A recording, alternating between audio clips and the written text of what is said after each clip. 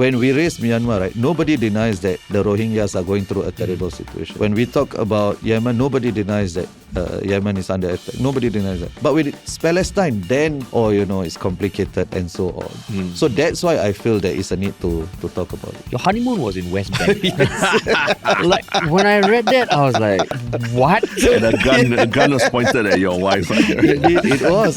This guy clearly cares. I was listening to Dr. Tambai. I'm like, this guy should be in parliament. I think of all the results of that day, this one hurt me the most. Like, although I didn't believe him when he told you guys he doesn't want to be Prime Minister, he wants to be Minister of Health. Right? Seems like no opposition wants to be Prime Minister. Nobody dares to say it. Our listeners come from all sorts of industries, but I'm sure many of you have been to work events or conferences that promise a lot but don't deliver. But there's one coming up in October we've actually attended before.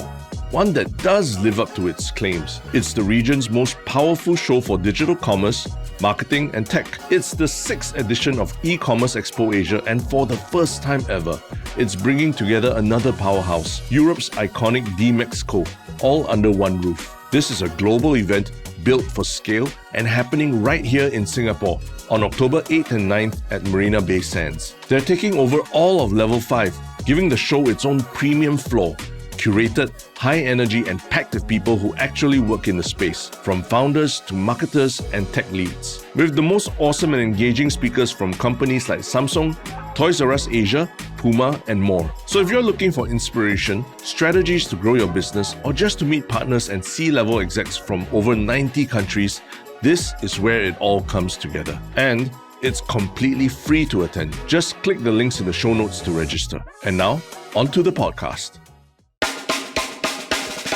What's up, everybody? Welcome to another episode of Yala, your thrice weekly podcast where we talk about hottest news with a touch of what, Terence? Good old humor. Good old humor, man. So today's a special episode. I know. On this podcast, we always try to sound smart, right? Yeah. But there are podcasters out there who are actually smart. Right? Actual academics who have lived and breathed the topics they talk about. Yeah, who actually write stuff. Right? Unlike us corporate, ex-corporate slaves and all. PAP dogs. PAP dogs, correct. Because today we have with us someone who, we've been admirer for a long time of his content, of his writings. It is Associate Professor Walid, who is a professor, podcaster, 3-time author, and best-selling author of, and here's his recent book, Why Palestine? Reflections from Singapore. We both read it. It's a worthwhile read. I'll put it here. Yeah. So, welcome, Prof Walid. Thank you. It's an honor to be on the number one political podcast in Singapore, according to Reddit. And since when has Reddit gotten things wrong? But I genuinely think you guys are the best. I put Yala, but number 1, Daily Catch Up number 2, myself number 3, if that's okay. Kind words, man. Kind words. Thanks so much, man. Yeah. But even that label political podcast, right, is something that we ourselves not very used to, right? We kind of just thought ourselves like, current affairs with a little bit of comedy. But for you, like, has it always been the case that political podcast, that's what I want to be, that's what I want to do? Yes, I was named after a politician. My family always discusses politics at dinners. Since young. Lunch, since young. So since I was 6-7 years old, I always hear about all these things. I may not fully grasp it, but they always talk about politics. Until now, we still do that at our dinner tables.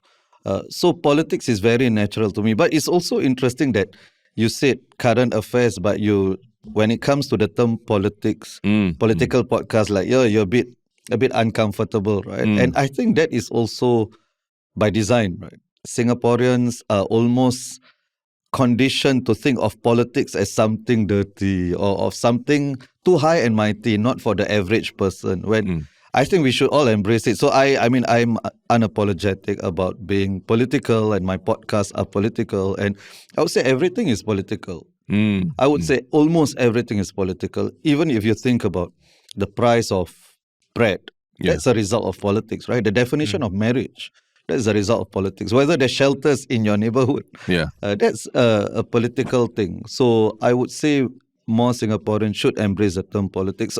And I was always unapologetic about being a political podcast. So when you started your podcast, was it like your family was like, this is the culmination of everything since young? We were talking about politics. Now you have a podcast. Yeah. was it like that? Well, Harish, I know that's not how Indian parents work. No, I'm speaking from experience also. Yeah, that's why I was like, is your experience different? That's not how Indian parents work, right? And Indian parents, they're always the quiet pride, but they don't overtly. I think I've been praised by my mom like 3 times in my life. So, but there was something serious also. There was the fear a little bit, or just be careful. Until now, my mom still, whenever there's a piece of news that breaks out on TV, right, she'll just call me in anticipation. Hey, don't say something stupid. Oh, is it? She still calls you? Until now, yeah. As in, just it's out of concern, right? So there's still that level of fear, level of uncertainty, which was one of the reasons why I started my podcast. For a few reasons. One is really to normalize political discussion. Secondly, is also I'm very privileged, as an academic, super privileged. So I thought I need to do something with my privilege, and just to show people, some of these discussions are really okay, right? Yeah. And I think that's what you guys have done really well. I think Daily Catch Up did really well over the elections as well, just to normalize political discussions. And maybe we don't realize it if we look at day to day or week to week, but if you look from 2018 versus 2025, I think the scene is very different in terms of normalizing political discussions, normalizing opposition candidates, right? Yeah. Last time people don't even want to be pictured with opposition candidates, and you think how much that has changed in the past 10 years. So your own background, I mean, you have a podcast now, you're a professor, you have been writing books, and you said 6 to 7 years old, you all talked about politics at the table, but what happened in between? Like what did you have another political awakening? What did you do your further studies in? Right, so there wasn't really another political awakening because that was a constant. But 2011 was an important year in my life, I think, for a lot of Singaporeans. So that was the first year I voted. And if you remember 2011, you could smell change in the air, right? Yeah. At the rallies. It was just different, something different to what we had witnessed before. And turns out the outcomes were different as well. So 2011 was the year where I was really, really more invested than ever. And also 2011, Nicole Seah contested, and I was really a huge admirer of her. I still am, because she's 1 year younger than me, and at that point in time, she was 24 and she was contesting against Goh Chok Tong. So I thought, my God, like the courage of this person to go against this at such a young age and conducting yourself really well. So 2011, I suppose, was that important year. But other than that, it's been consistent, because I've always believed, I still do, that because politics will affect every facet of your life, you must always be interested in it. And I die a little bit inside when people say, Singaporeans say proudly, I don't care about politics, and then they laugh, right? You shouldn't laugh, right? You should be ashamed that we don't care about politics, because it's something that's going to affect every facet of your life. So actually, what came first?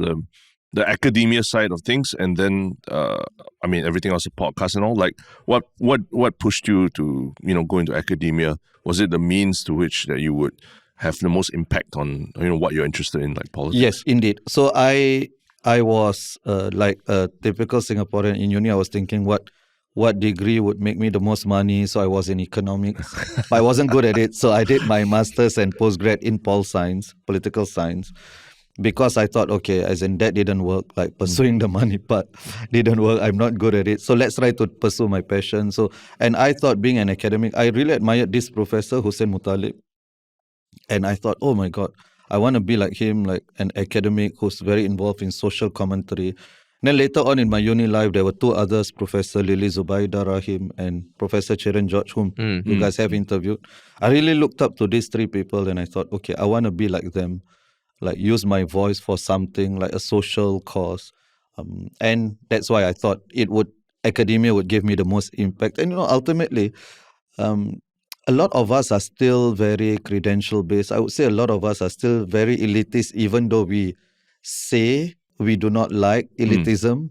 But unfortunately, who says something matters almost as much as what is being said. So that's a reality. Yeah. And so, your further studies was in what? Political science. Yes, indeed. Yeah. And then after that, like, what happened? So after that, I came to NTU, and I've been at NTU since 2018. Okay. And then the podcast was something that happened while you were Yes. at NTU already. The podcast was just an accident of sorts. I started on Instagram. Somebody invited me, Joel Lim, if you know, Political Brute. Political Brute, So his first ever episode was with me, the Political Brute. We did it on Instagram Live. Then I said, oh, there is this audience that I didn't even know existed, and they seem interested. There's a thirst for political knowledge. So right after GE, that was before GE 2020. So right after GE 2020, I started it. And since then I've been doing it, but I do it on an ad hoc basis, so there's no pressure for me. Unlike you guys are real professionals, this is a real setup. Mine is I'm embarrassed about my setup compared to this. So mine, I don't have that pressure, so I can do it as and when. No, I mean, you say that no pressure, but at the same time, we're in Singapore, right, where we hear a lot of stories of like, wow, in Singapore, if you work for establishment or something, you cannot be political or you have to be apolitical.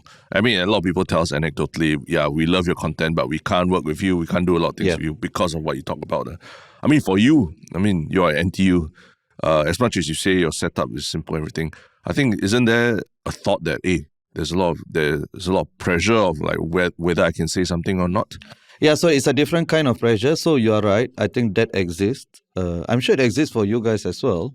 Right? But it may be different kind of pressure. Yeah. Because we have heard of academics who themselves have gotten kind of like blacklisted for saying certain things. So it's very heartening to see you do what you do. But I guess where we're coming from is like, how do you navigate that risk? Yeah. So definitely, and I do think about that, but I try not to think about it too much also, because then it would inhibit me, right? If I started thinking about that. But last year I got tenure in 2024. So wow. Is that a sign that things have changed? I think at least it is one of the signs that things are changing. I won't say it's changed completely. But definitely, I always also, the thing about the boundaries is they are so ambiguous and you never know where they are until you cross them, right? Yeah. So I hope the two of you cross them before I or somebody else, right? But it's always so ambiguous. You never know, especially on new or more controversial issues that inevitably podcasters would have to deal with, right? It'll be a joke, right? If we are doing a regular podcast and then we don't want to discuss the issue of the day. There was a guest that wanted to come on during the GE, and then an issue broke out. Then I wanted to discuss that with the guest, but the guest said, I don't want to discuss this topic. I said, okay, then I'm not going to have you on. Yeah, because if you don't want to discuss the topic that everybody is discussing, then my credibility is also on the line, right? If I have you on, what are we going to talk about, the weather? Yeah. I mean, but to your credit, like, you really have been the first one to surface a lot of the newer candidates as well. Yeah. Even before this GE, I think talking to a lot of opposition and all I think you were the first port of call, right? But how do you get to that position where people trust you enough to, I'm willing to talk on your podcast and everything? Because even for us, we know that it's not an easy route. A lot of times you have to meet for coffee and convince them what you're doing. But for you, you've been, from the very start, really, you were talking to some of the more interesting personalities in the political scene. How do you get to that position? Yeah, so I think there's also a record of I've written a lot on Facebook since maybe 2012, 2013, and been in contact with some of these politicians across the aisle. Yeah. But I think over time, people see my interviews. I mean, it's still not that easy, I still haven't gotten Pritam. No one has done one. I think Pritam is now under pressure to come on a local podcast. You better seize on it.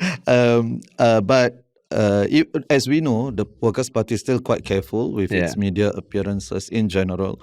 The PAP also, I think it was much easier for me to get opposition on for the longest time until GE 2020. Then I had more PAP, 2025, then I had more PAP folks on. And I think it's also a recognition on their part that the scene has changed and they cannot let the opposition do all these rounds.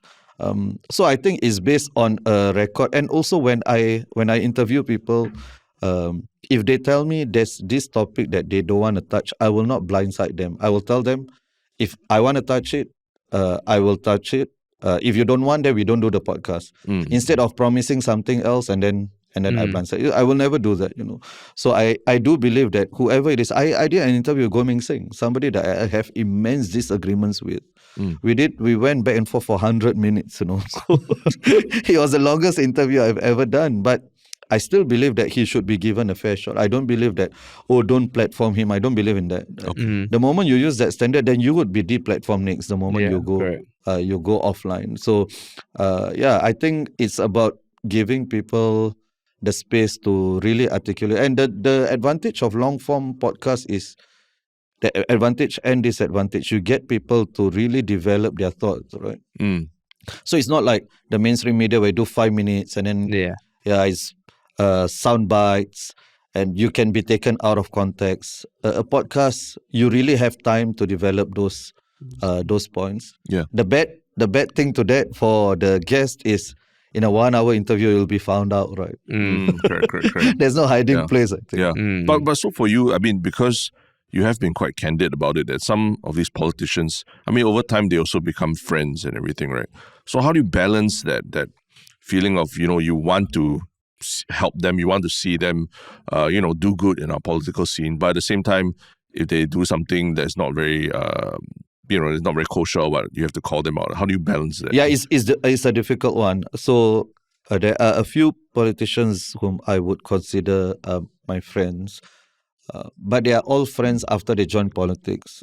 So Professor Yaakob Ibrahim, Professor Tambaya, I would consider Faisal Manap a friend as well. Consider Pritam a friend. I don't know whether he considers me a friend. So across the aisle, but there are friends whom I met before, and there's one friend in particular, Dr. Syed Harun, who was a good friend before, and now he's a politician. That is the hardest. Because of compared the to NMP. This is someone who I really know, I really love. Yeah. And then, so I won't lie, it's probably going to be very hard for me to call him out publicly. But I did message him and the rest as well, that this line that I have with you, I will always be honest with you, at least in private. Even in public, I may hold back, but in private, I will always be as honest to you as possible. So you're right. As in, I don't think I am above this personal bias. But how I try to mitigate it myself is I give a platform to all parties. So whether you're my friend or whether you're not, you're always welcome. Anybody wants to come on, you're always welcome. That's how I mitigate it, while also acknowledging that, yes, my personal bias probably will make me softer, kinder in interpretation towards those I consider my friends. But I remember reading your post on Dr. Syed Harun, because he's a friend of mine also. Right. And when I saw your post, I thought it was you were still being honest. Like, I didn't find you disingenuous. Right. And I think you got your point across. Yeah. So interesting to say that. I mean, for you to acknowledge that you do have personal biases and not just evading that. But, having spoken to so many people, it's 137 episodes. 129. 129. It's very guest-centric, right? Is there anything you have realized about politicians across the aisle, or anything that has blown your mind that you never thought or never imagined from having these interviews? Not really, because I never had a skewed understanding of politicians to begin with, right? So on one hand, I never put politicians on a pedestal. So I never am really truly disappointed by politicians. On the other, I also never ever take caricatures of politicians, because human beings are very complex, right? All of us have good days, we have bad days, we have good things, we have bad things, we have good ideas, we have bad ideas. So I've always held that view of human beings and politicians as well. And I think partly the way Singaporeans, or we as a society, not all, but maybe as a society, we think of politicians is they are above a normal human being, right? They should be on a pedestal. And I've never held that view, so I have never been mind blown by an interview or anything. But maybe there have been moments where I thought, even coming into interviews knowing this, that even I had where, wow, this person is impressive. I never thought that this person could do. One of the interviews, one of my favorites was I interviewed Faisal Manap just a couple of days before polling day. I thought Faisal Manap only became Faisal Manap in this particular election, because before this he was maybe a side show or something, right? But it was only in this election because he made the move, so he's leading the team, he's carrying others, but I always saw that side of him before that. So it was nice for me to be able to let others see that side of him. I've interviewed Paul Tambay a couple of times. As you guys know, he's a genius and a funny guy. A funny guy. He could easily, do stand-up, with some polishing. He could do. And I think that is something that Singaporean politicians lack. They, first of all, a lot of them are not really humorous by nature, and second of all, sometimes they try to be, and you can see it doesn't work. But we are polite, we just laugh anyway. But Paul I think he has that personality. Dr. Chi, I thought also he managed to carry himself well. Although the one thing that I took away from the interview with Dr. Chi is, man, this guy, you can see a lot of personal hurt in him, and who can blame him, right? And I also thought, after all these decades, why is he still fighting? My God. So that was in the sense that for me, wow, I don't know how he does it. I would have walked away long ago. So it's those sorts of things, but I won't say it's really life-changing or changing views of the politicians. I see. So did it, this election, that podcast came to the forefront of discussion. Was that a very big shock to you? How quickly it accelerated? Because for us, it was quite a surprise. Oh, really? You thought it was a surprise? For example, you getting Lawrence Wong on the podcast. When we were arranging it all, we thought we were just a pit stop. He'd be on every podcast and everything. Right. After that, then we realized, we were the only election interview that he did, not even with mainstream media.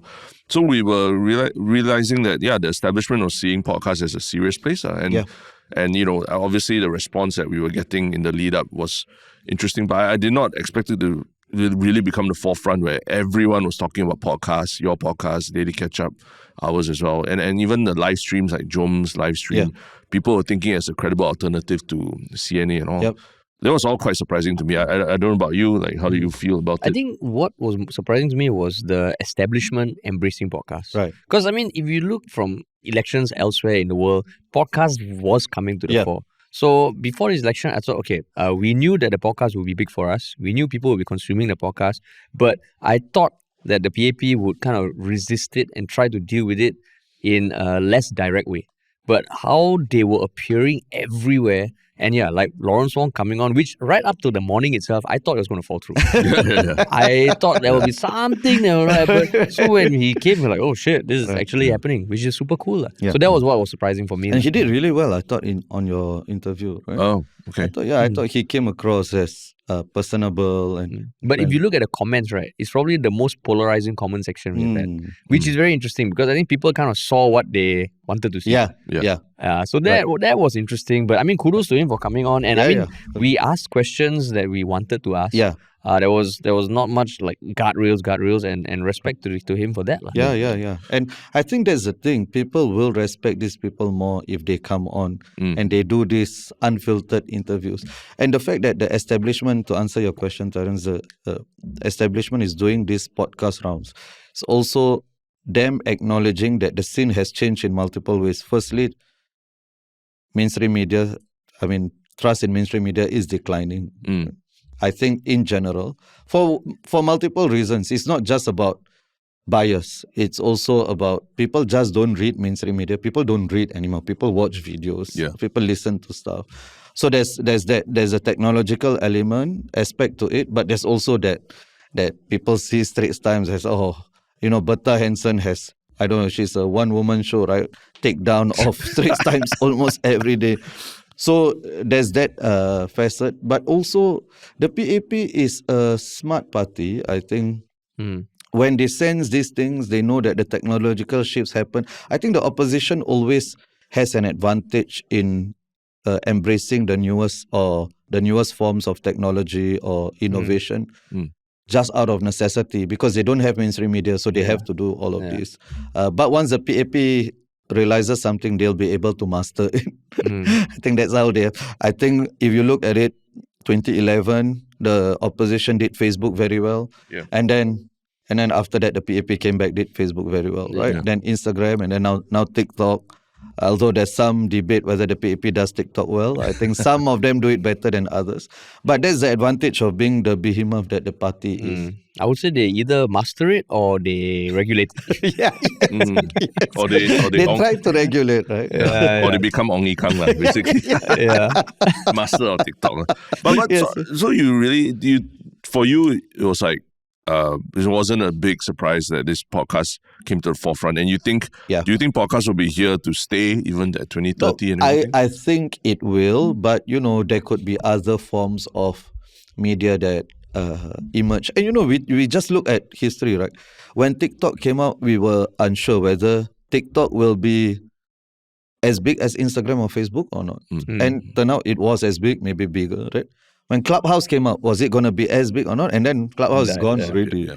So you never know whether there'll be a new form, but my suspicion is it's going to be around. I think the 2024 US presidential election, it was a podcast election. 2025 Singapore election wasn't a podcast election. It didn't really affect the results. But what it did, I do think podcasts have changed the political culture in Singapore, or amended, not completely transformed, but it's amended, and it's allowed for more space for discussions. And the questions that we are asking politicians, that you can imagine that previously they would get softball interviews, right? Where I still think Singaporean podcasters, interviewers are polite. We are not like Mehdi Hassan, right? Like go. But I do think the level of questioning has increased, the quality has been raised, and mainstream media would have no choice but to react in that way also.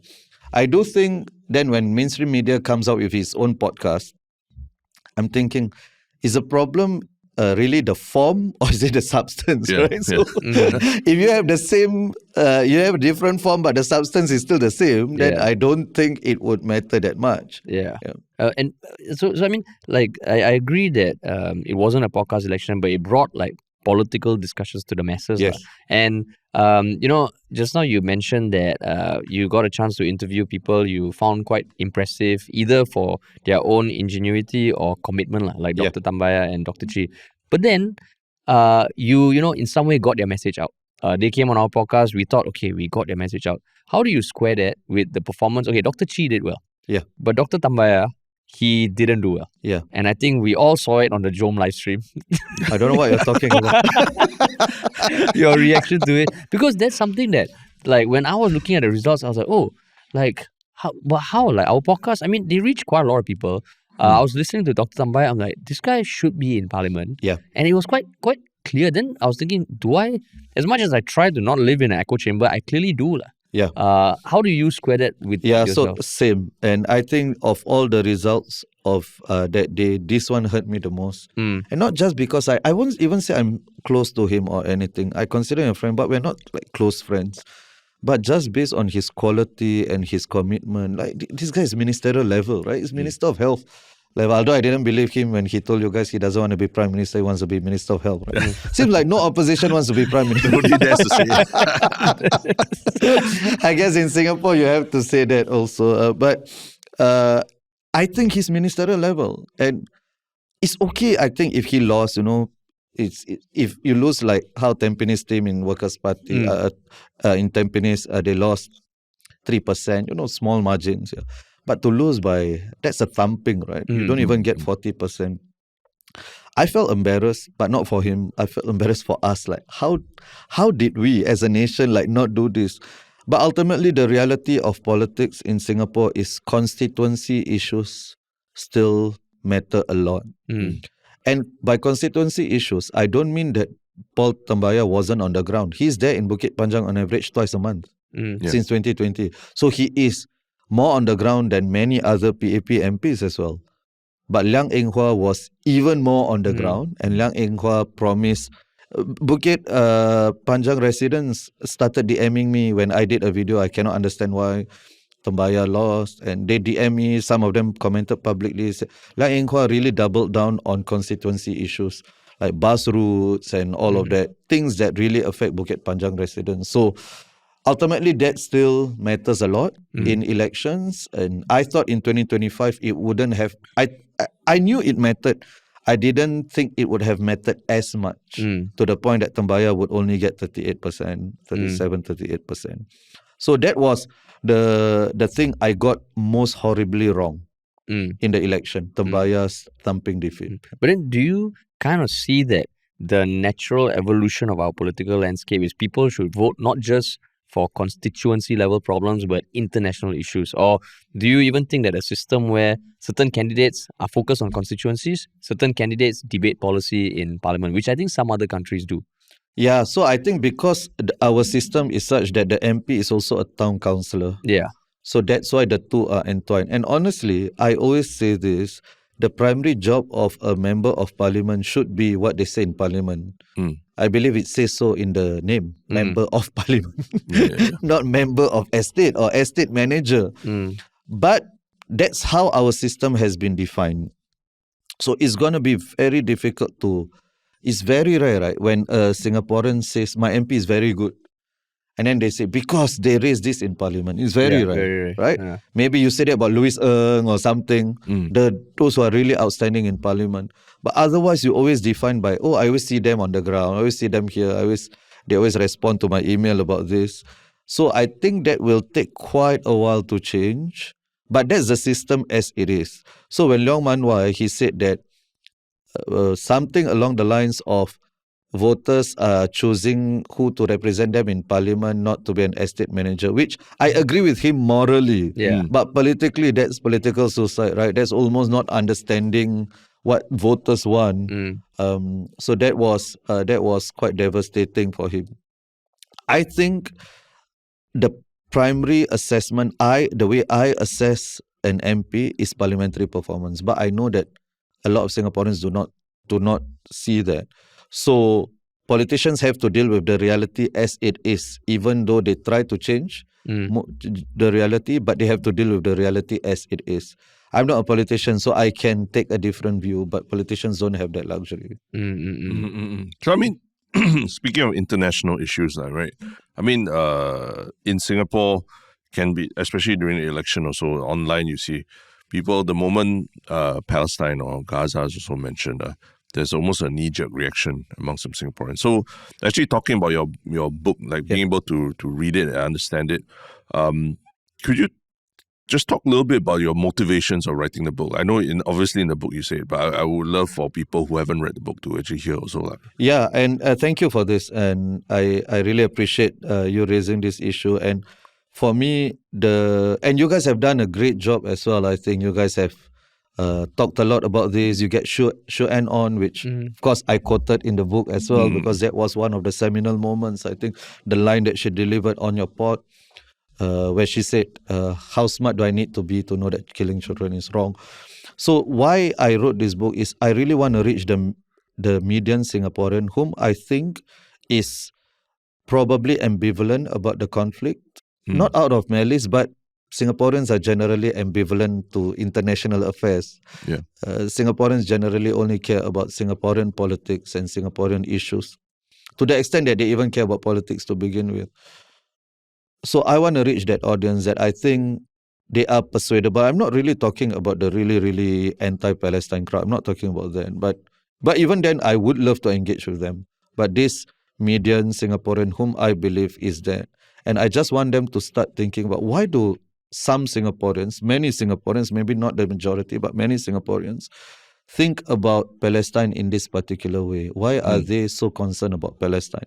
So I want to reach that and hopefully persuade them to come over to my line of thinking. But if not, at the very least, you understand.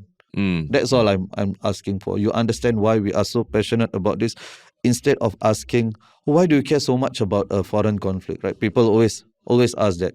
So I write a book. Why actually we care about this? And when did you start writing the book? Or when did you decide? And was it a tough decision to decide? It wasn't actually. So I was writing online a lot. So I was reading a book on Palestine one day outside Teh Tarik at Arab Street, and my cousin bumped into me, and then he said, "Why are you still reading a book about this? So you don't be writing already?" They say, "Oh yeah, why am I not writing?" So I just compiled. Like honestly, the first draft was a compilation of my Instagram posts and stories on it, which I've written a lot.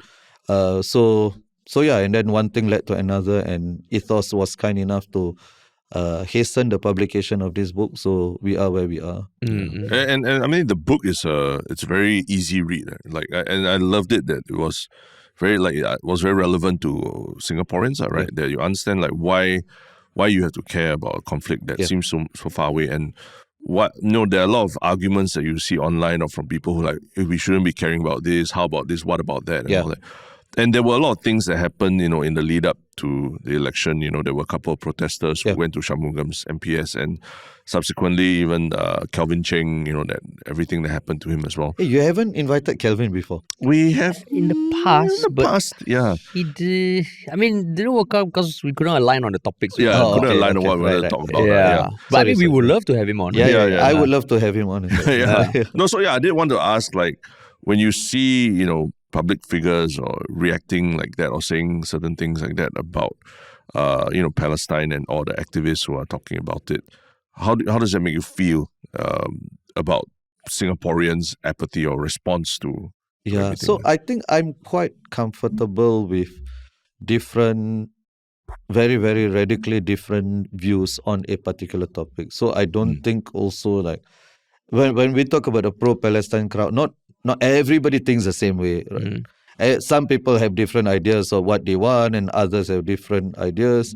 Like for me, I have been, even there's one chapter inside the book where I said, the government has done a pretty decent job of navigating this. The difficult part is not the foreign policy. Our foreign policy principles will always remain the same as a small country. But it's really about managing the domestic aspect of it. So I give credit to the government in that regard. So I am comfortable with different points of view to the point that they cross a line. And I think for Kelvin's post, which he has also acknowledged, I think that it crossed a line in the sense that you don't threaten to send a person over there. You threaten to send a person to a war zone. You know that it's crossing a line. And I think we all can have different ideas, even though, and we also, as somebody on the pro-Palestine side, I also acknowledge there are a lot of people in Singapore who disagree with me on this fundamentally. My solution shouldn't be, I don't want to have discussions with you because you're a genocide enabler, blah, blah, blah. My solution would be, okay, we disagree, let's discuss. If you have the best ideas, let's see why you think you hold on to it. Let's have a debate, let's have a discussion. Whatever it is, we need to have those conversations because ultimately we share this space with people. We share this country with people who disagree with us. So that is why I think I am okay with very, very different views. So even if you disagree with me, I disagree with you morally, but I understand that we live in a society where you cannot force people to agree with you, right? And we never want that anyway. The point should always to be persuade through debate and through conversations. I mean, I thought you started the book in a nice way to silence anyone who thinks, hey, what does Prof Walid know? Your honeymoon was in West Bank. When I read that, I was like, what? And a gun was pointed at your wife. It was. This guy clearly cares. He does, yeah. He clearly cares. Yes. He clearly has been studying this for a long time to the point that his honeymoon was in West Bank. Yeah. No, but then, it's somewhere in the book you also mentioned that you were kind of disappointed that some people you were close to and all maybe didn't speak out on it. Isn't that kind of because there's also this rhetoric that you care about the people, what's happening in Palestine, what's happening in Myanmar? Yeah. What about in China? How come you care about this and you don't be fake and all? How do you square all that? Also when it crosses your own personal relationships. Yeah, so that's an excellent point. And so maybe I can clarify. I really don't mind, right? Somebody who doesn't speak up on Palestine if you've never spoken up on anything.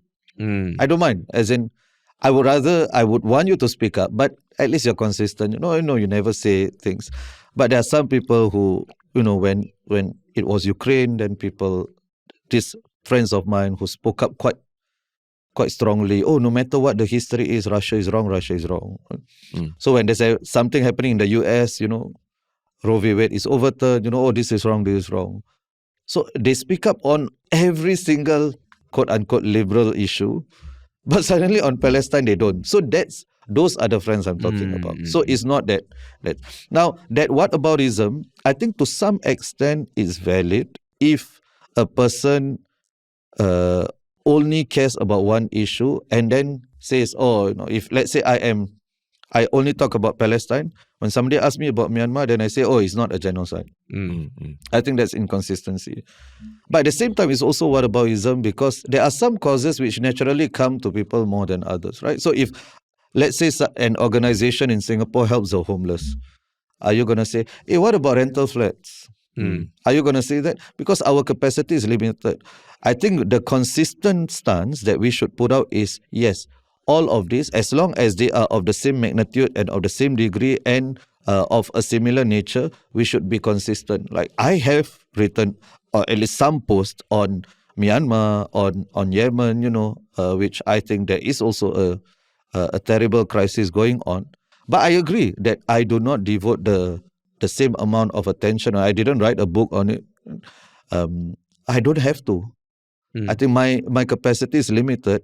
That's the first one. But also the second thing, when we talk about Myanmar, nobody denies. When we raise Myanmar, right, nobody denies that the Rohingyas are going through a terrible situation. Nobody denies. When we talk about Yemen, nobody denies that Yemen is under attack. Nobody denies that. But when it's Palestine, then there is, it's complicated and so on. So that's why I feel there is a need to talk about it. Yeah, I mean that line, it's complicated or it's too complex. Actually, I do hear it a lot from when I talk to people about Palestine. And even when Shanmugam was here to talk about Israel, Gaza, I kind of asked him like, is there any books or anything that you recommend people can read to understand? He said, no, there's really nothing. It's almost like he's saying like it's just too complex for a lot of people, right? So what I mean, like for you, I mean, obviously your book is one good, it's a good entry point. It's a good entry point. But like, what more can the regular Singaporean do to be more informed and also so that it doesn't just fall back on it's too complex to understand, and we shouldn't. So I think Shanmugam said that when he came on, it was before my book, right, was published. Yes. So now he'll have one book. At least one. We can get a Kinokuniya. No, but honestly, this is not the best book on the topic. It's just an entry point, as you say. It's quite basic. There are other far more excellent books which I also mentioned. Rashid Halidi's book, Ilan Pep's books that really talk about this conflict. Nora Arakat talking about it from the legal point of view, international law. I think first of all we need to educate ourselves, especially if we want to have an opinion on it, we need to educate ourselves and read as much as possible. Secondly, we can the difference in this, Palestine has been under occupation for a very long time. But the difference this time round is the Palestinians themselves are telling their stories through their Instagram accounts. Don't take my word for it. Why don't you follow them? Follow them and see. Why don't you follow doctors, Western doctors, American and UK doctors who have been to Gaza, who have seen what's happening? Why don't you read human rights organizations' reports, including Israeli human rights organizations? Why don't you read United Nations, right? So the totality of it, I think, is quite important. It points towards one direction only. So I think it's very important for us, if we want to discuss it, we want to debate it, for us to at least read all of those things. And those things are very easy. Nowadays, it's very easy to follow them. If you don't trust me because maybe I have a religious bias or whatever it is, then read Americans, right? White people who write about it or who follow it. I follow this particular, or maybe this is at the end later, is it? When you want me to recommend. Then you just have to think of something else later. I'll think of something else later. This particular channel I follow on America, it's in America, it's one of the best podcasts and YouTube shows. It's called Breaking Points. It's hosted by a conservative and leftist. So one on the right, one on the left. But they're both populist, meaning they're anti-establishment. But they host it. And they have all sorts of guests on. So I watch it religiously just to get different sides. I want to know what conservatives are thinking. I want to know what the left is thinking. And then I can make up my own mind.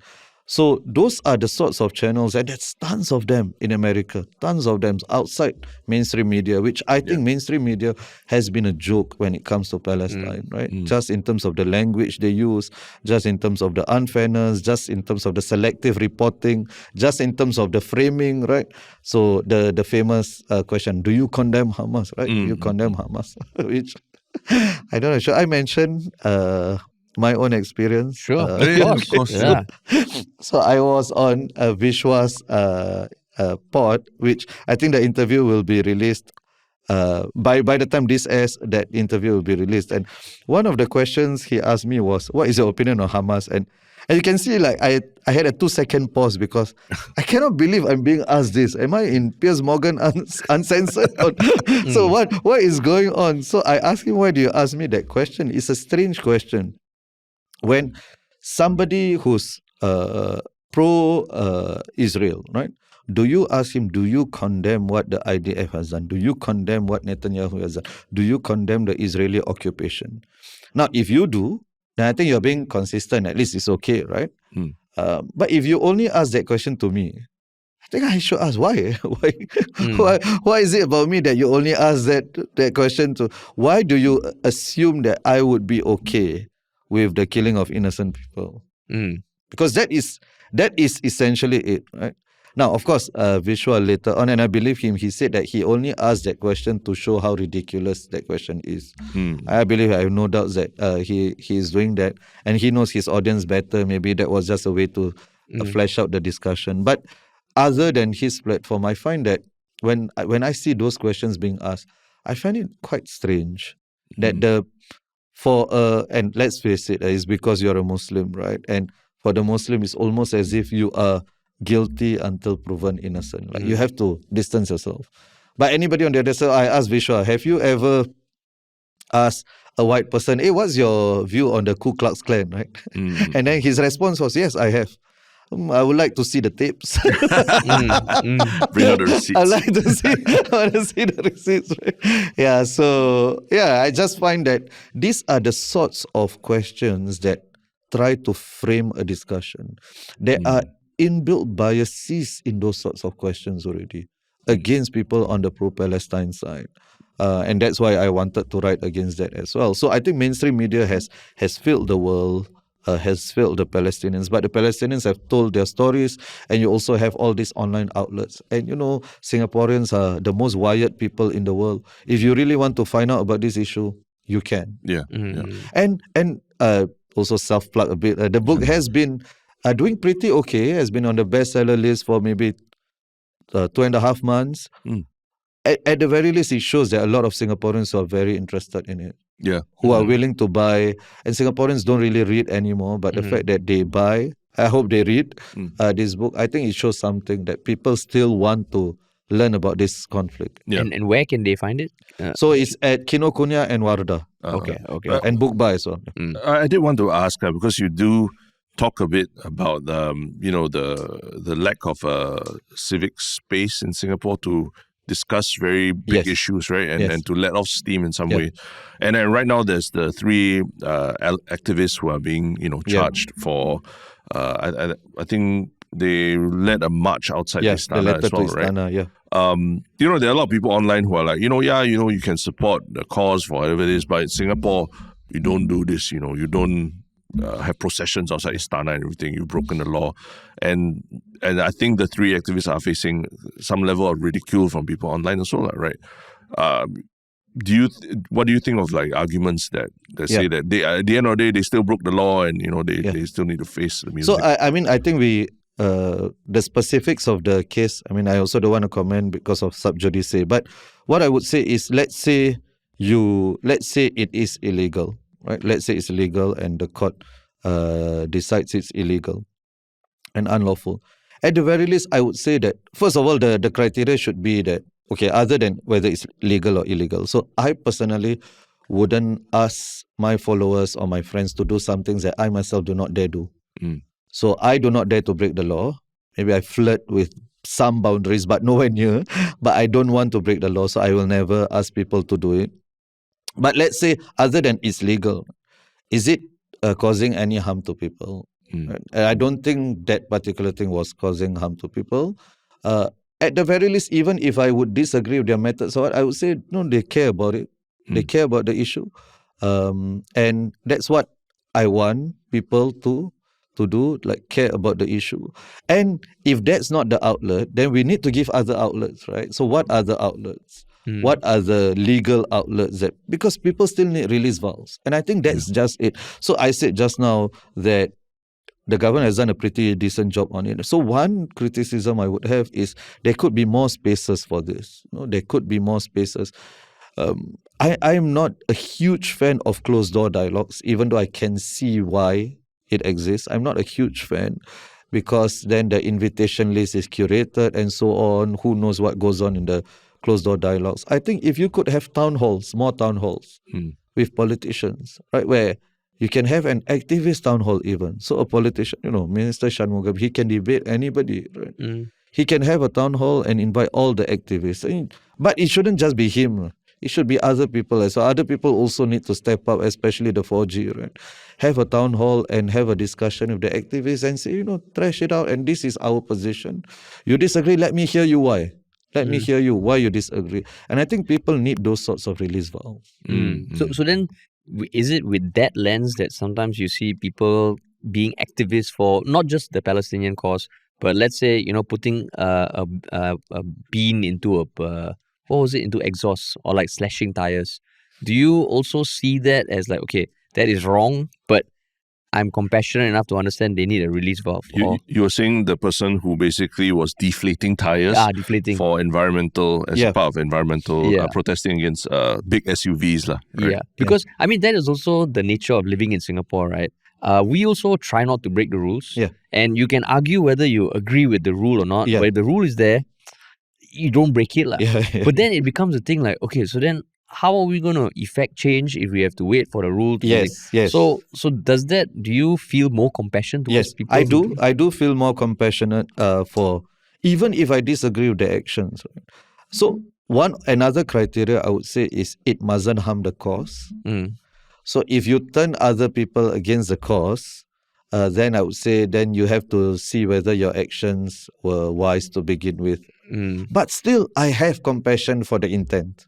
I still do. Even if I disagree with you, let's say on the environment, right? And a lot of times, these people who, I also think that, it's a bit extreme, you block roads and all. But their actions is what got people to talk about it, right?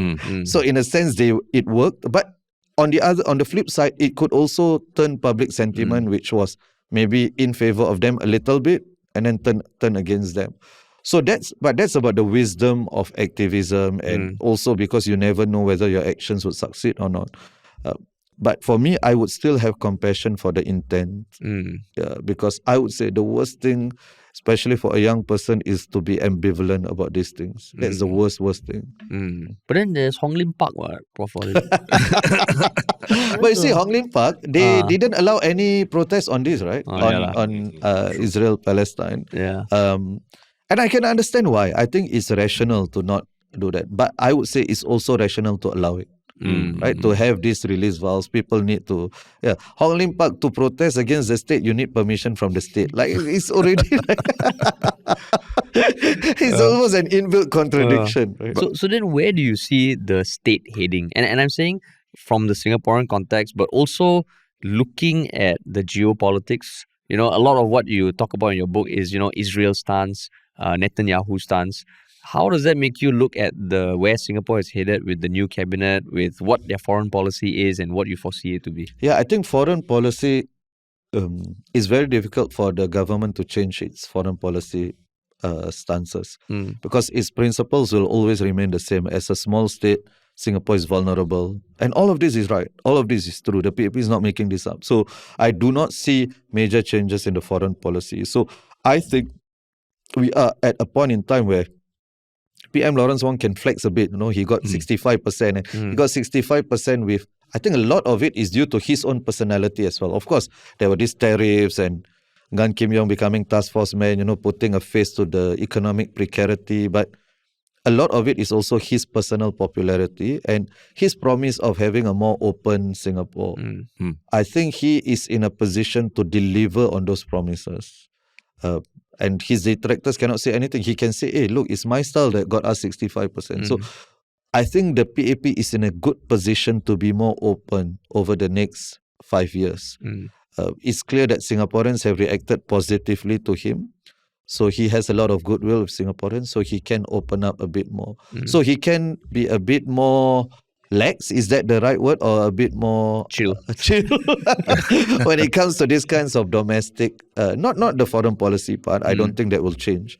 But if people want to disagree, okay, give them outlets, right? Let people have these debates. Let people disagree with the government. The government doesn't have to view everything through a security lens. And what about the flip side? What's the future of the opposition in Singapore? I mean, these elections saw PSP lose, they're no longer in parliament, right?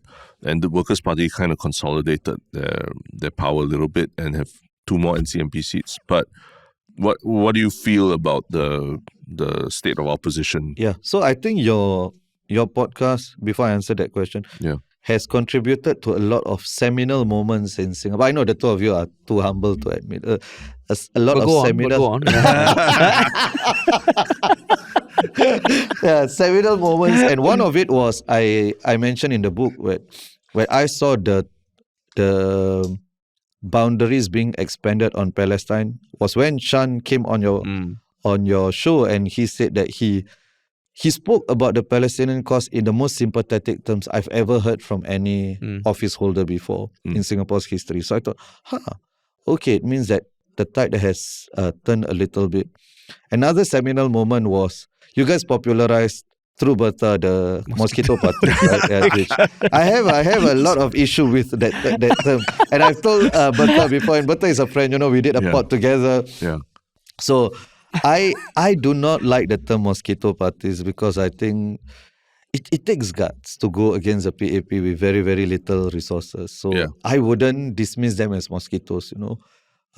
People like Ravi and Desmond Lim and all of this, I wouldn't, right? Because they are far more courageous than I am, so I wouldn't dare do that or poo-poo on their intent or on even their methods. Even though we disagree, I think I have a lot of respect for those who enter politics, PAP or opposition. I have a lot of respect for you. Now, so what's the fate of the smaller parties, the tier 3 parties, I call it. Tier 3, okay, nicer than mosquitoes. Tier 3 parties, so tier 1 is WP, tier 2 is SDP and PSP, tier 3 is the rest. So what's the fate of the tier 3? I think a lot of them will be around. They'll still be doing what they are doing, and they'll have either no success or moderate success, but they won't win in the foreseeable future. But they'll be around, and I think it's healthy to have them around. Some of them will go out of existence, but some of them will not. I think it's healthy to have that diversity. It's fine. I don't think it's a problem because the Workers' Party is not big enough to contest all seats. If there wasn't all these tier 3 parties, a lot of Singaporeans wouldn't have had the choice, the democratic choice. And I think there's something about voting that socializes you into politics. Even if it's a tier 3 party, at least you have to read up about your candidate and the opposition. So I think we shouldn't let one result. I know the knee-jerk reaction for people on the other side, on the opposition side, was saying, with all these parties, the vote share was increased for the PAP, and that's a bad thing, right? I think it's okay, right? It's okay. I think in 2020, there were tier 3 parties also, but you were not complaining about it. So that means you're not complaining about tier 3 parties per se, you're complaining about the results, right? But if you accept democracy, you accept the results. Right? So that's the first thing. Now, the tier 2 parties, I think PSP is gone. I know they disagree with me on this. They've communicated to me they disagree with me on this, but I think they are gone. If they couldn't win, never mind win, they couldn't get 45%. Like they got only 40% with their A team, and which included Tan Cheng Bock. So I think they are gone as a party. So you're saying not even becoming tier 3 as they, build up with new blood? I think they are gone. I personally think they probably wouldn't even last to the next election. But even if they do, they would be a tier 3 party. Not a tier 2 anymore. So I think PSP is gone in that regard.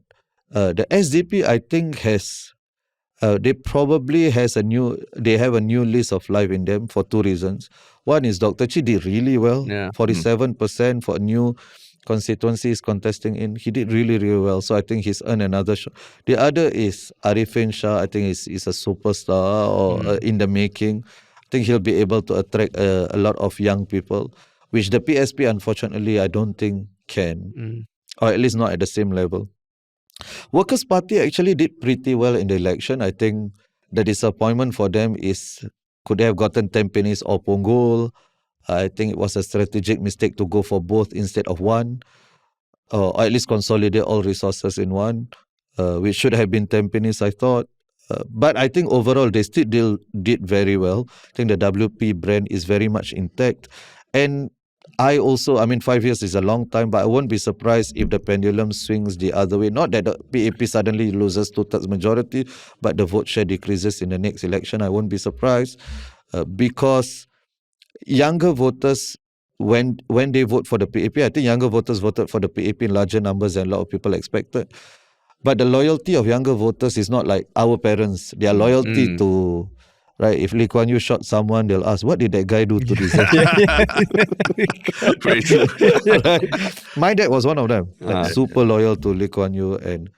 But I don't think younger voters, when they support the PAP, is that kind. It's a softer kind of loyalty, which means that they can be won over by the opposition. So that's where I see the parties at now. But then do you see Workers' Party as, given that Pritam himself recently said he doesn't want to be PM, right? And people kind of say, hey, how come you're not ambitious enough during the GE? On a Malaysian podcast or more. Yeah. So how do you... we are going there. do you feel like Workers' Party could have aspired to more and should aspire to more to inspire young people to I think they over? should, but if you don't have the candidates, you don't have the candidates. And the thing is, WP has sort of backed itself into a corner also by fielding only really good candidates. Their credentials are almost always like PAP level, PAP-esque.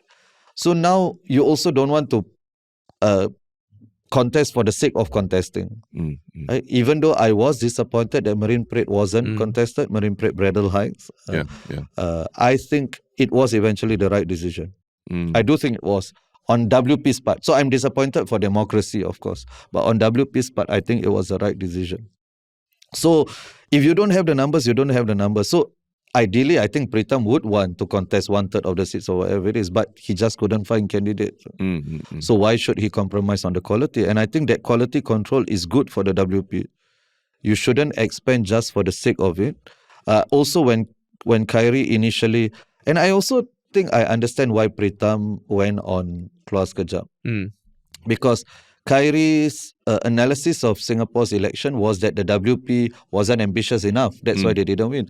But I think Khairi was completely wrong on that. KJ was completely wrong on that because for two reasons. One is maybe he doesn't appreciate the risk aversion of the Singaporean voter because he's too used to Malaysian politics, where the Malaysian voters didn't mind voting out Mahathir and not even giving him the deposit, right? Yeah. And that's like a Lee Kuan Yew level kind of... That wouldn't happen in Singapore to that level.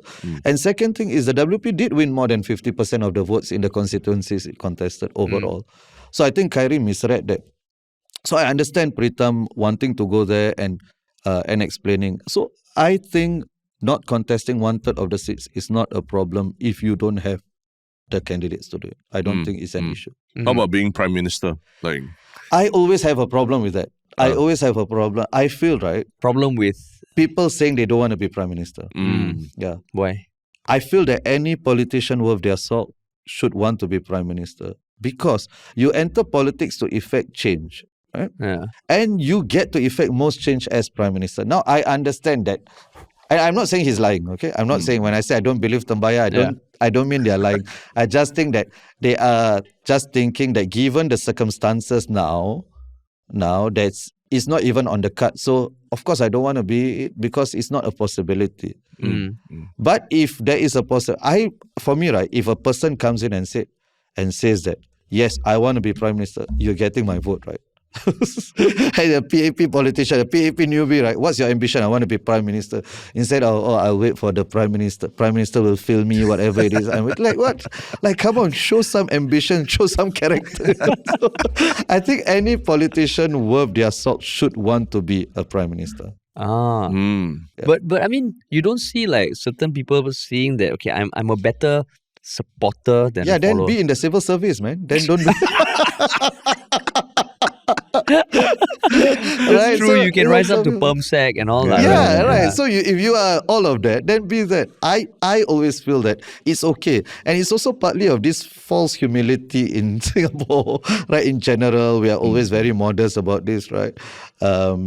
So when I said this, one of my friends asked me, so do you say in your interview that you want to be president of NTU one day? Then I said, no, but I do say when I come in, I want to be a full professor one day. That should be my ambition. Whether I reach it is a different matter. I come in, that should be my ambition. So I think the ambition of politicians should be that if you come in just to be a backbencher, don't waste your time, right? You could end up just being a backbencher. That's okay, but I don't think that should be your goal. And you would hold that standard for both the establishment and opposition. 100%. 100%. Okay. Yeah. So you know, just now to clarify, you said you understood why Pritam went on the podcast. Is it because that podcast has spoken about Singapore politics? Yes. So right after the elections, they criticized Pritam for not having that ambition. Yes. So that's why I understand. But I wish he had done our I wish he does my podcast before yours. But No, you want to be the number one podcast in Singapore, right? You want, right? You want it. Of course. Otherwise, I why you want. become podcaster? I mean, you know how much it hurt me to start off with. You guys are the number one podcast. I'm number 3. I want to be the number one, you know. So So I want him to come on our shows, of course. I also understand that Pritam is so popular without doing all these podcasts already, right? Yeah. Why does he need to? I understand that also. Yeah. And also there's a mysterious aura about him a little bit, right? Yeah. Also, we don't want to humanize a politician too much. I think partly, as in this is a reflection for all of us. Although I think you guys do it very well, better than others. I think when I went on Daily Catch Up, my friends at the Daily Catch Up, you know, I just inserted a line where I think I'm okay with not knowing Pritam's MBTI. So I do think sometimes for us also, we want their humanity to come out, but to some level, because, you know, honestly, I don't really care how many children you have. I don't care about all of that. It's not relevant to me. And I don't care what your backstory is. I really care about what you're going to be from now on, what are the policies you're going to push. So, I mean, overall, would you say you are heartened by the quality of the candidates, both from the establishment and opposition, for this election? Yes, I think overall, yes, the new candidates especially. I think you look at the quality, a lot of them are there. The opposition especially, I think, did pretty well. The Workers' Party new candidates were really good. I think the PAP had some very good ones as well.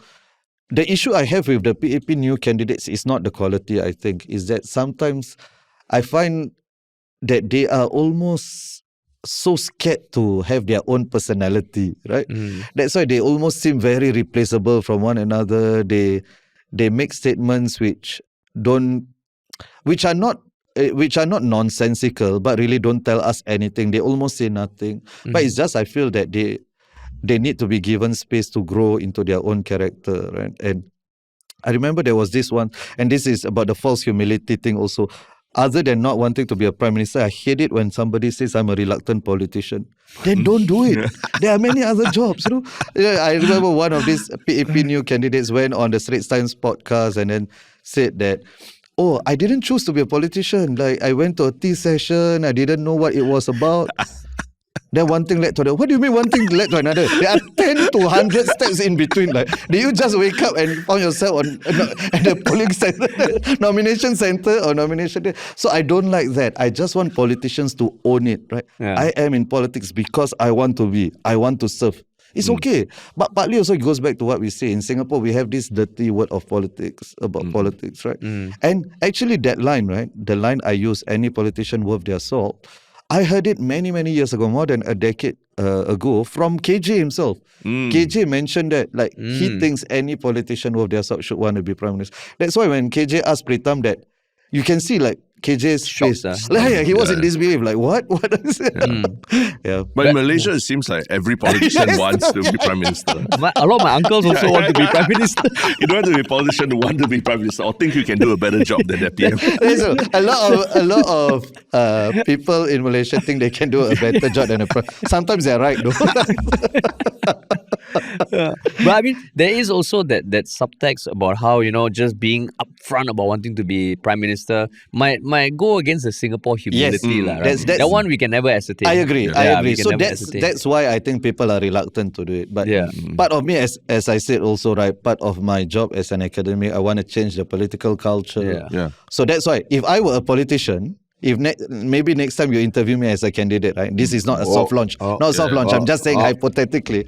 I probably will also say, if you ask me, ask me. So Prof Walid, do you want to be PM? At the moment, that's not what I'm thinking about. I'm thinking about serving the people in my constituency. Wow, perfect. Perfect, right? But that's not my job now, right? My job is as an academic, I do want to change the political culture to show that, it's okay. People want to talk about politics. People want to have political ambitions. It's okay. It's what you do with that office that makes you a good person or not. It's not whether you desire that office. If you desire that office because you want to help people, that makes you a good person. But if you desire that office because of your personal ambitions or personal vendetta, then that's a separate matter. But in some ways, doesn't it point to, in Singapore, we talk about the civil service and then, the top-ranking civil servants becoming MPs. Almost seems like a natural progression. And the surprising thing to me is that when I talk to people, a lot of them see it like, that's good. It's good that our civil servants, they know what they're doing already. And now they go into politics. They hit the ground running from day one. But do you think it's a good thing for Singapore that so much of the talent seems to be rising through the ranks in the civil service? I think I am not too worried about it if there's still talent from the private sector. I'm not too worried about it. I think if you're in the civil service, you know the bureaucratic ways, you are able, and then you become a politician, you're able to navigate it better. I think bureaucratic complexity is a real thing. So I'm okay with that. But also, the nature of civil service in Singapore, we all were in NS at one point in time. We've worked with civil servants and so on. Our civil service is honestly one of the best in the world, most efficient, by the book, most efficient in the world. But also there's a culture of not wanting to make mistake. Everybody's scared to make a mistake. Right? And I think that is what is the disadvantage of being in the civil service for too long. So if it's balanced out by private sector people, more entrepreneurial, who more have a free spirit, I think it's okay. I don't think it's a problem. Okay. So then what is your concern for the next 5 years or the future of Singapore politics? Because I can see a lot of positives. People are more interested. They are more curious. But then what worries you? What worries me if we do not have a diversity of ideas, and I don't mean in Parliament. In Parliament, right? That's just a manifestation of it at the ballot box. So a diversity of ideas at society. I think we must have people. Singaporeans sometimes they think in unconventional ways. It's okay. Let them air their views. That is what worries me the most. If people say. And then they start drawing all these fake lines, They start saying, on this you cannot speak. On this, because this is, let's say, okay, let's speak about something else, then I can draw another fake line, right? So let's say you can't talk about Palestine because undermine national security. But I don't think so. I think I'm talking about it to enhance our national standing. But okay, let's say you cannot do that. And then say, you cannot go on a Malaysian podcast, right? You cannot go. And then they say, you add new things, right? But it's okay, you're free to speak your mind, but you just don't cross this, right? And then the lines are so many, right there, I don't know where they are. You cannot cycle on pedestrian path. Crossover. Can cycle but not. So I think we must resist those kinds of attempts, to really box us more and more, to narrow and constrict the boundaries. And a lot of it may not even be formal. It could be informal, right? It's through online policing and stuff, and you guys know also a lot of accounts and commenters. They are not even real accounts, right? Yeah. And then you get the impression that, hey, a lot of Singaporeans think like this, and then it results in the person who's commenting, oh, I also don't dare to say anything. I think those are the sorts of things. Cancel culture is something that I think all of us shouldn't be okay with, whether it comes from politicians or whether it comes from other people, right? I think we should always want there to be a healthy culture of civil and civic discourse, both civil and civic discourse. So that is what worries me, I think. If there is no diversity of ideas, if people self-censor more than they should. Of course, self-censorship, I think, is decreasing, but I think still in existence. Do you guys agree? As people who talk to a lot of Singaporeans. I would say it's decreasing, but there are new, like what you say, lines being drawn. Because my fear is that even podcasting as a format starts to have certain regulations. Because we saw that for websites way back. I think for short form video and all, not so much yet. But for podcast, I'm hoping. Because we've been in the game for quite a while, right? Yeah. YouTube, then podcast, and also even like 10 years ago, there were whispers about like, oh, how do we regulate what's being put on YouTube? Right. And all those are stupid listicle videos and all that. I was like, what regulation? But there was like discussions going on about it. So, I mean, what more podcasts now that we talk about serious issues and all that, right? Yeah. And I mean, even our show last week, the comedy show, some jokes we made, like, I'm surprised that we could make it. Yeah. That was fun. I think saying it on a podcast might be a bit tricky. But it was quite eye-opening. Right. Hey, but just now you did allude to something that I forgot I wanted to ask. Like, why not Professor Walid for 2030, GE 2030? Why not, if you feel fervent about, effecting change or anything, why not also run in politics? I won't lie, I have thought about it.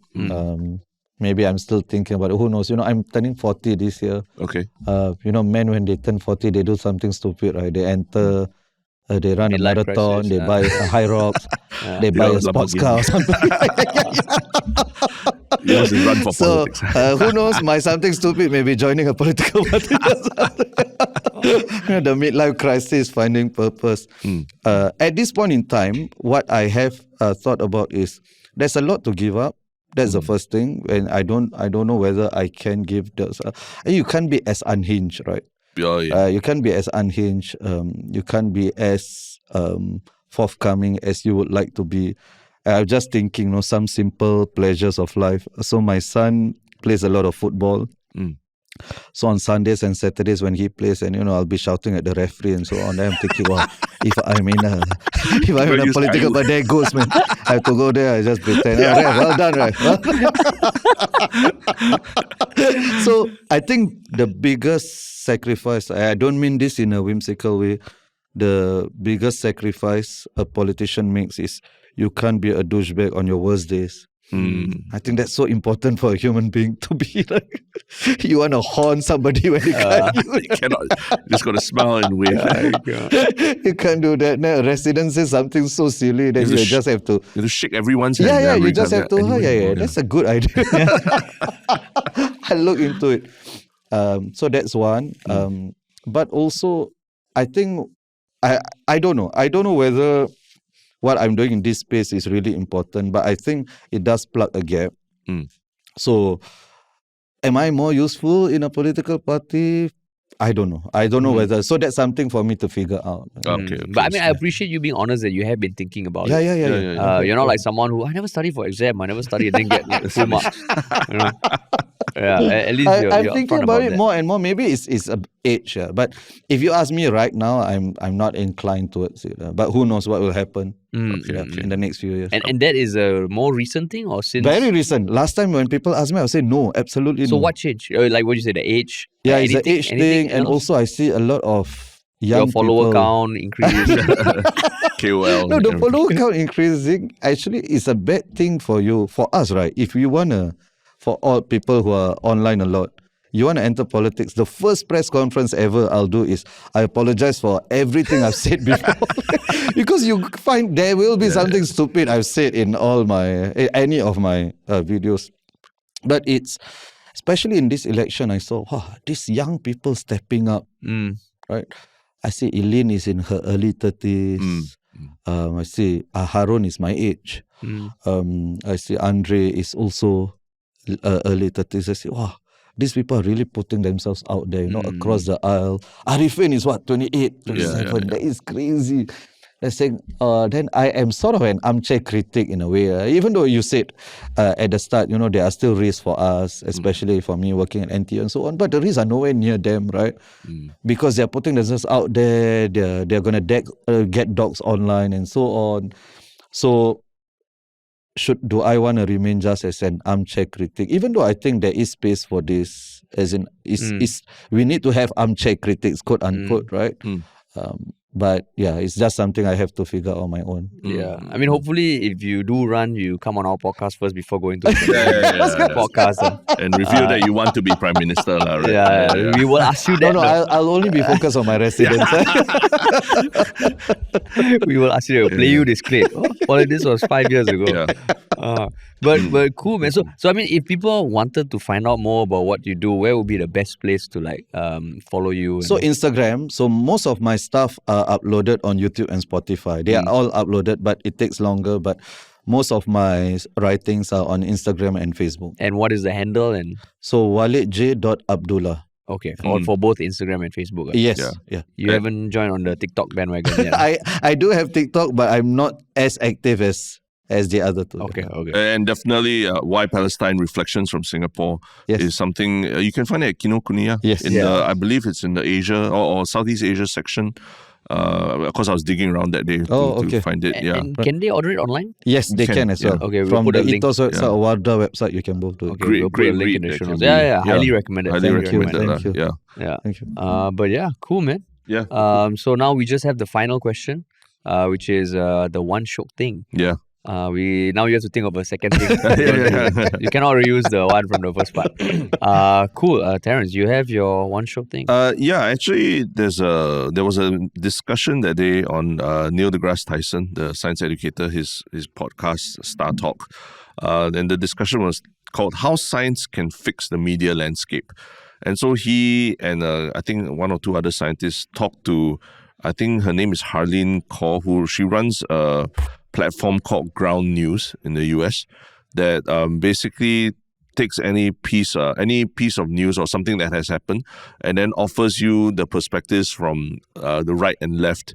And using statistical analysis, they also they try to tell you, okay, whether each article that's written about a news topic, is it more inclined right or left, and just based on that you can make your own judgment about whether you can read both sides of the article. So they're not trying to replace a newspaper, but they're trying to offer people like different perspectives for the same news article and use algorithms and science to tell you, what biases you should look for when reading something. So it's very interesting because they really, I mean, Neil deGrasse is, obviously science nerd, and they talk about how the role of science almost has been weaponized, in a lot, whether by left or by the right, in terms of talking about news. And we may be reaching a point where AI, because AI is so good, like everyone just eventually at one point they'll just assume that everything is fake.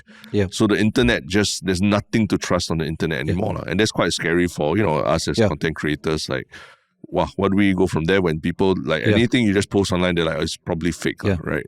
So it's a very interesting discussion that mixes science and the media side of things. But I think it makes personalities even more important, right? Because then your credibility, whether you judge something to be credible, is based on whether you trust that person. That's right. So it makes, actually, it would help. The more people mistrust the thing they read online, the more Yalabat would be trusted. Right? I mean, I hope so. Like podcasts. I mean, at the end of the day, our podcasts and all, they're very important time capsules for how personalities are, what people are thinking about. So I think it's important that we all keep doing it, right? Regardless of how the media landscape is. So that even 10 years down the road, we can play the clip to Walid. You want to be Prime Minister? It captured the moment in 2025. That's why a lot of politicians don't want to come on podcast. It's like the hands up, we have our hands up. True. So what is your one shot? Shiok Thing? My one-stroke politician is like... Politician? Oh, Wow, start already. no. Politician. One-stroke thing. Oh my God. But it is about, not say a particular politician, but a recent phenomenon that has been happening in New York with the rise of the Zohran Mamdani, Yeah. who has been elected as the mayor of New York. I thought it's the Democratic primary. candidate. Right? Yeah, Democratic. But he's now he's poised to become the mayor. Yeah.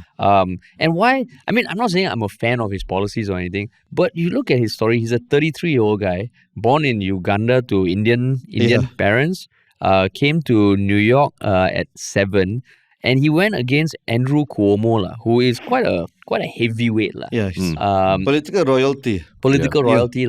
And I mean, he's older, and even the current mayor, he's been the current mayor for quite a while. I'm not so sure of his popularity, but it doesn't seem like he's that disliked. So this guy, his rise, basically, I was watching his promises and all. Like, he wants to promise like a rent freeze, government-run grocers, free transport for all in New York. And why I think it's so interesting is because, I mean, as an outsider looking at US politics, it feels like the Democrats don't know what the hell they're doing.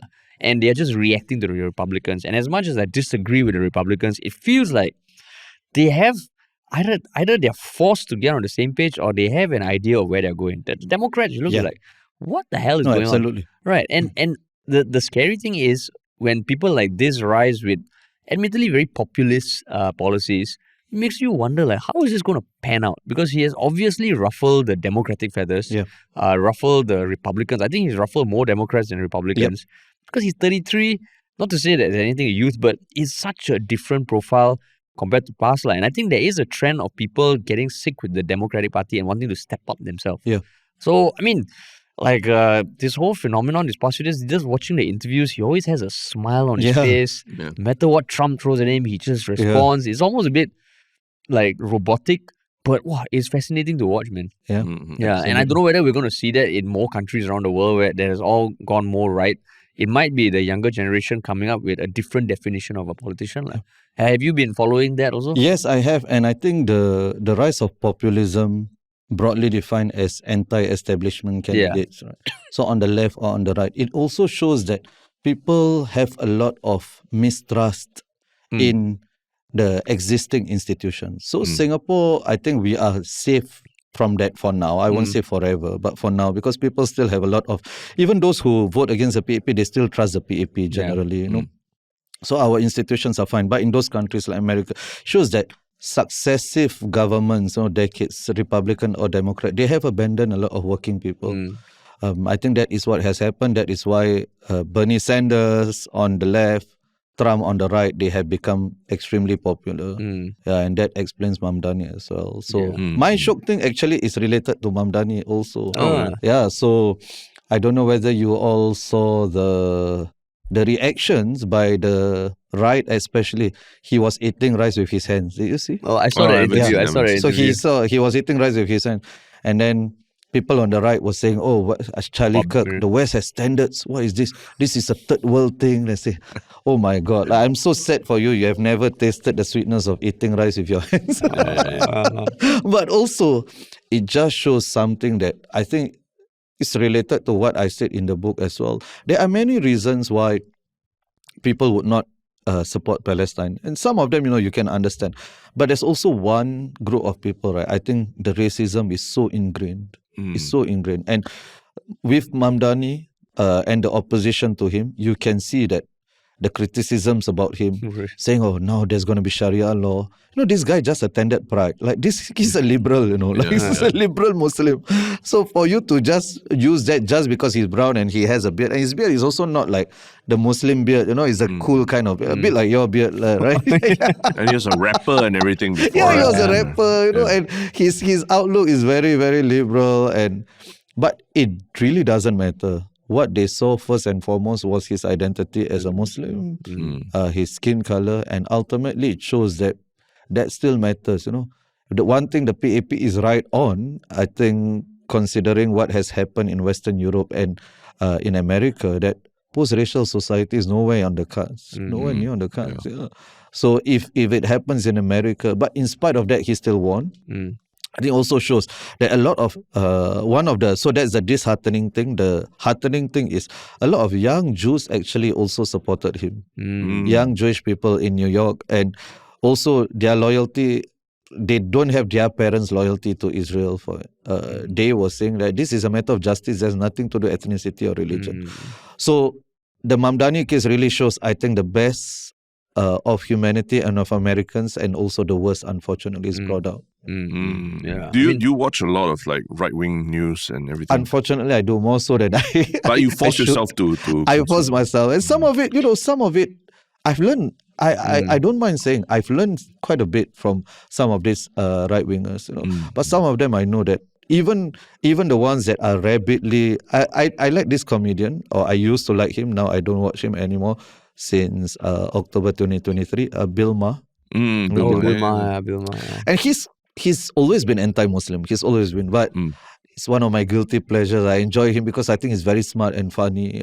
But since October 2020, he's just become more insufferable. He was already becoming insufferable, but I forced myself to watch those kinds of people, and I think I can appreciate. I used to watch Jordan Peterson, and I thought I learned quite a bit with him, even though I disagree with him most times. Learned quite a bit. I mean, I never learned anything from Ben Shapiro.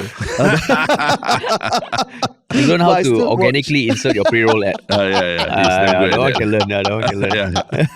So I still listen to them because I want to know what they're saying also. And one of the interesting things in the American right also, even those who are not too kind to Muslims, that there is a split. Some of them don't want any wars, don't want any war with Iran. They don't want to support Israel, but because of America first, not because of a multiracial cosmopolitan outlook. It's important for me as a political analyst, but also somebody who considers myself to be on the left, to be up to date with their ideas. And you always see Ben Shapiro, right? I don't think he's the smartest person in the world, but he goes to college campuses and he destroys these people. And I just think it's not that these students, they are stupid. It's just that they were always in their own bubble. The moment they're confronted with a different argument from the conservative side, they couldn't respond to it. So I don't want to be in that bubble, So I always try to watch as much as I can. That's always funny because at the end of the day, he's talking to college students, which is not taking away anything from them. But I'm just thinking myself as a college student, I was a dumbass. When it comes to politics and all. Also, when Charlie Kirk went to Oxford, he was dismantled, I thought, by the students. He was dismantled. Wow. Oxford or Cambridge. So Tucker Carlson, the one that with Ted Cruz, with Ted Cruz, like that argument was like really fascinating. Yeah, that really exposed the inconsistencies, And Tucker Carlson also, he admits, he used to have a lot of these views as well. But yeah, cool, man. Wow, interesting. Yo, thanks so much for coming on. No problem. Man. Thank you. It was an honor to be on the number one podcast. You're too kind. You're in too kind. Singapore. For now, until you. We know he wants to be. We know. Yes, I do. Watching you now, Walid. But cool, man. Yeah, I mean, we'd love to have you back at some point in future. We'll be happy to. And we'll put all the links to your accounts and the book in the show notes. And thanks so much for listening, everyone. And we'll talk to you all soon. Thank you. Bye-bye.